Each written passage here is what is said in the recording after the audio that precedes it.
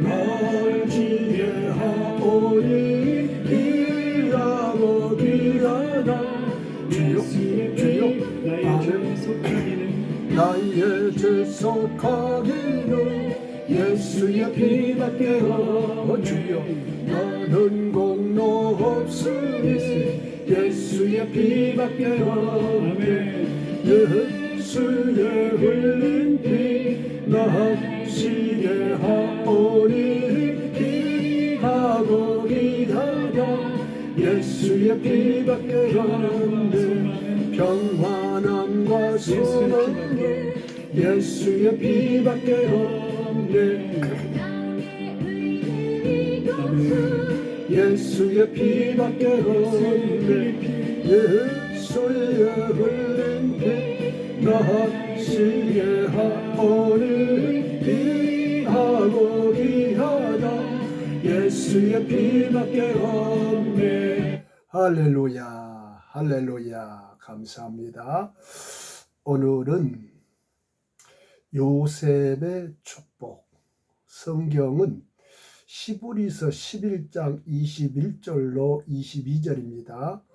자, 읽어드리겠습니다. 믿음으로 야곱은 죽을 때에 요셉의 각 아들에게 축복하고 그 지팡이 머리를 의지하여 경배하였으며 믿음으로 요셉은 임종시에 이스라엘 자손들을 떠날 것을 말하고 또 자기 해고를 위하여 명하였으며.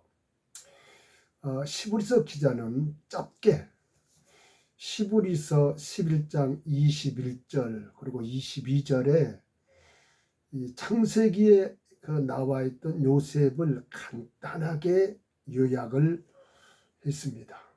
그러면 요셉은 어떤 사람인가?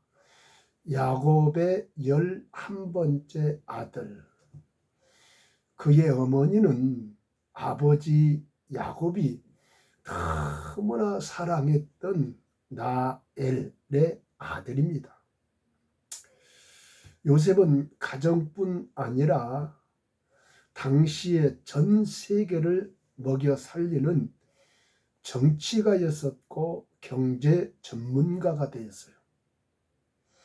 형들의 모함과 또 거짓, 술수, 애굽으로 내려가서 보니 보디바르 아내의 유혹, 그 유혹 때문에 감옥에서 배신 당하는 떡 굽는 관원장, 술 맡은 관원장들에게 또 이런 배신을 당하고 있었어요.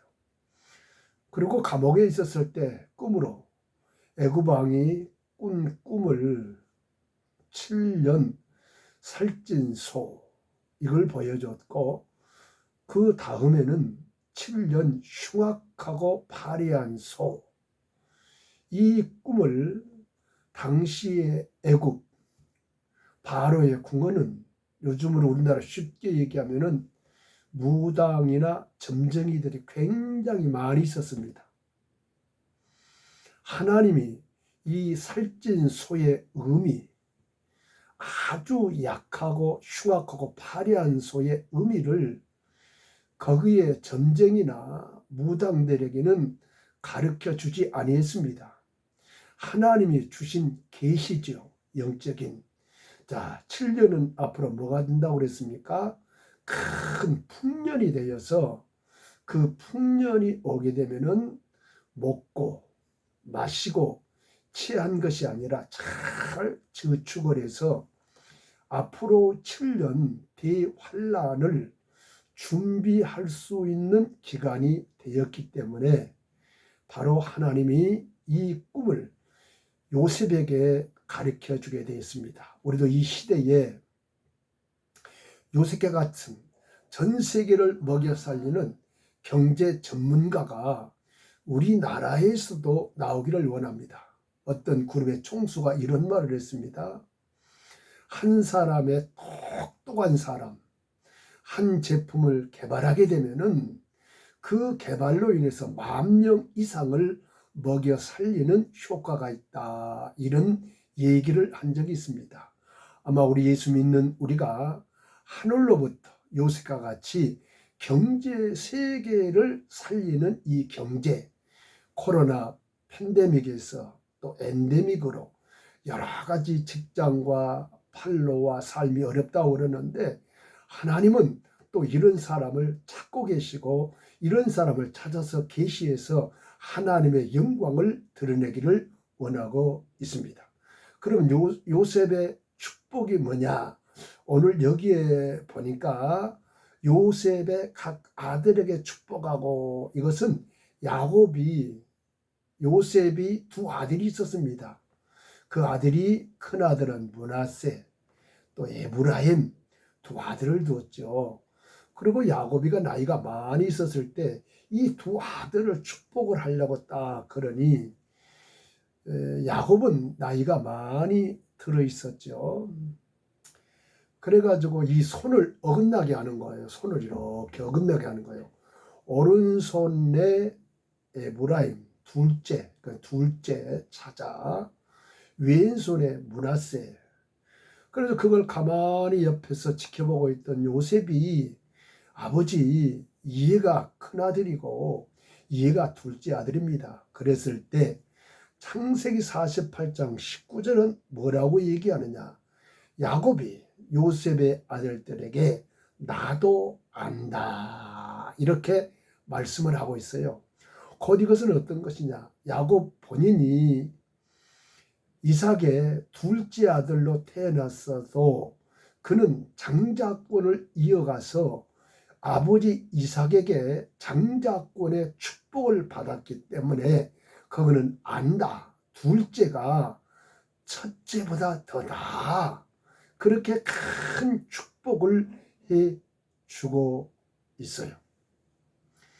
우리는 가정생활이 어떨까? 바로 이 요셉은 어릴 때부터 아버지로부터 내려오는 그 신앙, 그러니까 증조 할아버지 아브라함, 할아버지 이삭, 아버지 야곱으로부터 내려오는 그 신앙을 이어받았다는 것이죠. 그는 구약의 신하의 명문가, 그러면은 다윗도 아니고 모세도 아니고 아브라함의 가문입니다. 그러면 신약의 명문가는 어디가 있을까? 바로 디모데후서 1장 5절에 바울은 성경 13권을 완성시킨 사람인데, 바로 그에게 이런 말씀을 하고 있어요.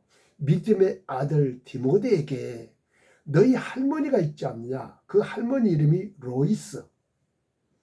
그 신앙이 어머니를 통해서 너에게 지금 내려왔어. 그러면 그 어머니가 유니게, 그리고 그 아들이 디모데. 우리는 가정에서, 교회에서도 믿음의 생활 잘하고 성경 많이 읽고 기도하고 전도하고 교회에 유익이 되지만은 더 많은 시간은 어디에 있습니까? 가정에 있습니다.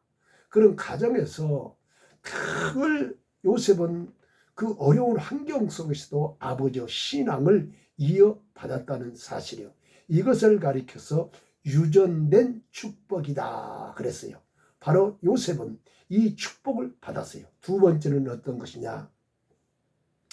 요셉은 나이가 110살에 하나님의 부르심을 받을 그때 죽음에서, 만약에 내가 죽게 되면은 내가 이곳에 내려와서 나를 성공시켰고 우리의 형제와 많은 전 세계를 먹여 살리는 애굽 땅이었지만, 내가 죽게 되면 반드시 내 해골을 메고 약속의 땅 가나안으로 가라, 이렇게 말씀을 했어요. 오늘 여기 히브리서 11장 22절에 애굽을 떠나라, 그렇게 말씀하는 거예요. 이제 이 앞으로 되게 되면은 430년 후에 요셉이라는 민족의 지도자가 나와가지고 바로 맨 먼저 할 수 있는 것은 요셉의 해골을 취하는 것이죠. 해골을 취하는 것이죠. 자, 이것이 출애굽기 12장 41절, 430년이 마치는 그날에 여호와의 군대가 다 애굽 땅에서 나왔은즉 그랬어요. 430 되면은 이 바로에서 나온다는 것이죠. 그러고 나서 그 당시에 이스라엘의 백성들의 현 상황이 어떻겠느냐? 출애굽기 3장 7절에는 저는 이것을 이렇게 정했습니다. 보고 하나님의 불꽃 같은 눈으로 우리가 어렵고 시험당하는 것을 보고 있다. 우리가 고통당하는 신음을 하나님이 듣고 있다. 그리고 너가 지금 가지고 있는 마음의 어떤 것도 하나님은 알고 있다. 보고 듣고 알고도의 신앙. 이게 출애굽기 3장 7절에 여호와께서 가라사대 내가 애굽에 있는 내 백성의 고통을 정령히 보고. 우리는 시험 들었을 때, 절망에 있을 때 과연 하나님이 어디 계신가 그랬지만은 그럴지라도 하나님은 우리와 가까이 계신다는 사실이에요. 그들의 간역자에 인하여 부르심을 듣고 그랬어요. 세 번째로는 그 우고를 알고 이렇게 말씀을 하고 있어요. 그러니까 우리는 영원한 본향이 있지요. 애굽 땅이 아니에요. 우리는 이 세상이 아닙니다. 구약에는 가나안 땅이라는 것을 하나님이 정해놓고 그곳에 있으면은 환난이나 전쟁이나 기근이 와도 하나님이 지켜주겠다고 했어요.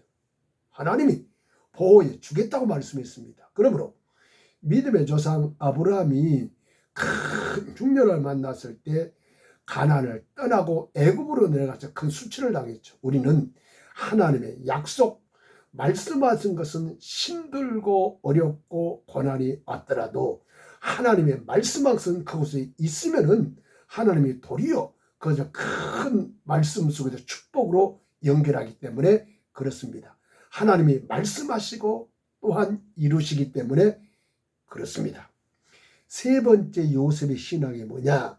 22절에 이제 한 400년이 흘러서 나의 해골을 가지고 가라. 그래서 모세는 맨 먼저 하는 것이 그 요셉이 해오는 그 말씀이 어떤 것이냐? 내 시신을 꼭 메고 가라고 신신당부를, 이거 400년 동까지 이어오고 있었습니다. 이거 22절에 해골을 가지고 가라.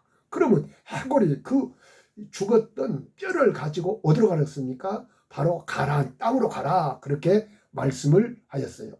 출애굽기 13장 9절 보게 되면은 모세가 요셉의 해골을 취하였으니 이는 요셉이 이스라엘 자손으로 단단히 맹세케 하여 이르기를 하나님의 필은 너희를 곤고하시리니 너희는 나의 해골을 여기서 가지고 나가라 하였음이었더라. 이거 400년 동안이나 계속적으로 이어오고 있다는 사실이에요. 우리는 언약입니다. 하나님이 가나안 땅을 정하시고 그곳에 들어가라. 지금은 그 가나안 땅이 어떤 것입니까? 예수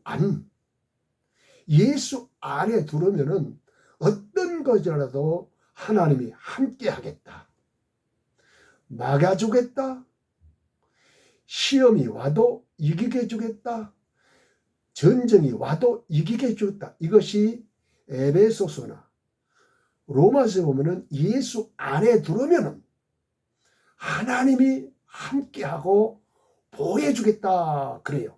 자, 잘 아는 성경 말씀 요한복음 15장 7절에 너희가 내 안에 거하고 내 말이 너희 안에 거하면 무엇이든지 구하라. 무엇이든지 그랬어요. 그러면 하나님이 다 주시겠다고 약속을 했습니다. 이것이 예수 안에 들으면 내 뜻이 아니라 하나님의 뜻.